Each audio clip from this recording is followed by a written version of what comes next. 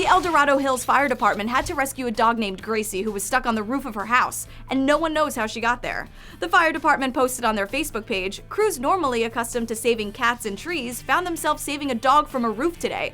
It wasn't clear how the dog got there. Hashtag Mother's Day." Oh, right, I forgot to mention this happened on Mother's Day. Anyway, firefighters showed up to the house to make the confusing but necessary rescue. They had to use a ladder truck to get up there and reach the dog. It doesn't look like the firefighter had any trouble wrangling the pup to get her to safety. And, I mean, can you blame her? Granted, I've never been inexplicably stuck on a roof before, but I can only imagine I'd be pretty psyched to be rescued. Although that may not be the case here. People claiming to be the dog's owners commented on the Facebook post saying, "This is not Gracie's first time on our roof." Seriously, with the vague booking? That's even worse than that coworker who constantly posts things like, "Yep, that just happened," only so that people will ask them what happened. I'm Gillian on Buzz 60. Now you know, pass it on.